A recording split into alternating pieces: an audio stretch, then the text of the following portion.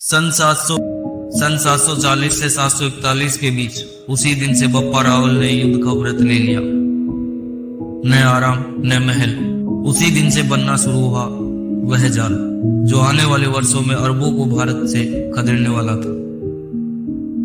उन्होंने पूरे मेवाड़ को बुलाया, पहाड़ी गांवों से, वीरानों से, टूटे हुए कुलों से, पुराने सेनापतियों से, भिक्षुओं से।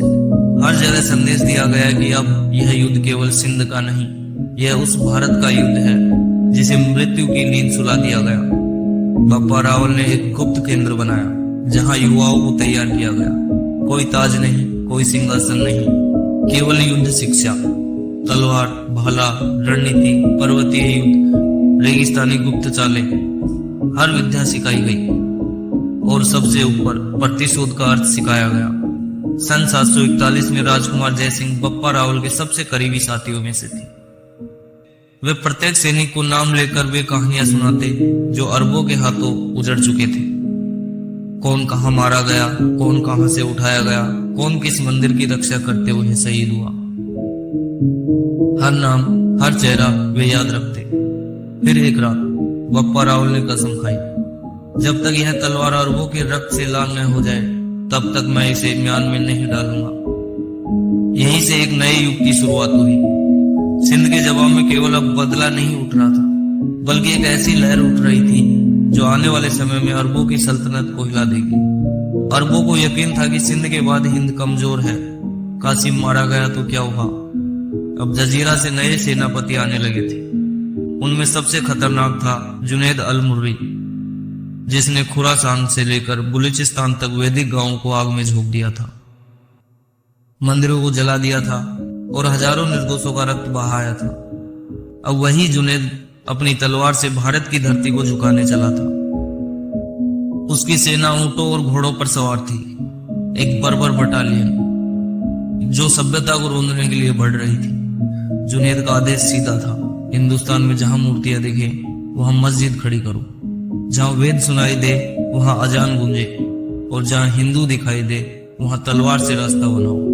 उसे आदेश मिला था कि हिंद की गहराइयों में जाओ और इस्लाम को वहां तक फैलाओ जहां अभी तक मूर्ति पूजा होती है। सन 742 में जुनैद अल मुर्री अपनी सेनाएं उठाकर राजस्थान की सरहदों की ओर बढ़ा। पहला हमला हुआ भीनमाल पर, वहां का मंदिर जला दिया गया। गुरुकुल की पुस्तकालय में आग लगा दी गई। जो ब्राह्मण किताबें बचाकर भागे उन्हें रास्ते में मार दिया गया। गुजरात के सोमनाथ तक खतरा फैल गया। इस आक्रमण की पुष्टि अरब इतिहासकार भी करते हैं, लेकिन जुनैद नहीं जानता था कि पहाड़ों के उस पार कोई शांत नहीं बैठा है। मेवाड़ की पहाड़ियों में बप्पा रावल अब युद्ध के लिए तैयार थे। उन्होंने अपने गुप्तचरों को भेजा और हर गांव से सूचनाएं मंगवाई। कौन कहां गया, कितनी सेना आई, कितने जिलों में कत्लेआम हुआ। हर नक्शा, हर मार्ग, हर दर्रा बप्पा रावल की आंखों में उतर चुका था। फिर उन्होंने एक बात कही, भीनमाल में मंदिर जला है ना, अब वहां से उसकी लाशें जलकर उठेंगी। उन्होंने अपने गुप्त योद्धाओं को कई टुकड़ियों में बांटा। उन्होंने अरबों के काफिलों पर हमला किया, खाना पानी बंद कर दिया, पानी के कुओं में जहर भर दिया। जुनैद की सेना जैसे जैसे भीनमाल से आगे बढ़ती, उसे लगता कि कोई देख रहा है, लेकिन हर मोड़ पर मृत्यु छिपी बैठी थी। सन 743 के आसपास बप्पा रावल जानते थे कि सीधी टक्कर नहीं देनी है। पहले उन्हें थकाना है, काटना है, बिखेरना है, फिर आखिरी वार करना है।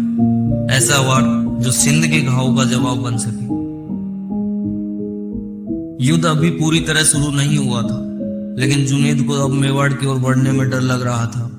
वह नहीं जानता था कि अगला पड़ाव उसके लिए अंतिम साबित हो सकता है।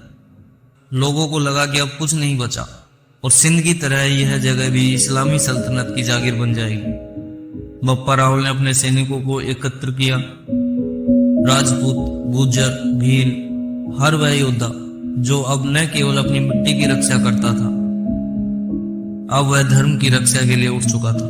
बप्पा रावल ने कोई बड़ी घोषणा नहीं की। उन्होंने बस एक आदेश दिया, भीनमाल में जितने भी बचे हैं अब वे लौटकर अरब नहीं जाएंगे। रात के अंधेरे में बप्पा रावल की सेना 4 दिशाओं से चली।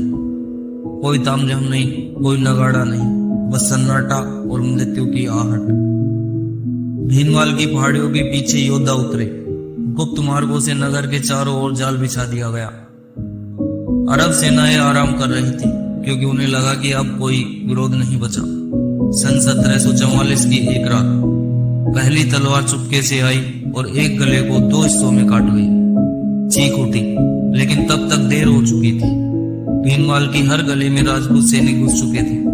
एक मंदिर की सीढ़ियों में खड़े होकर बप्पा रावल चिल्लाए, यह केवल युद्ध नहीं, यह उस बेटी की चीख है जो कासिम के शिविर से रोती हुई गई थी।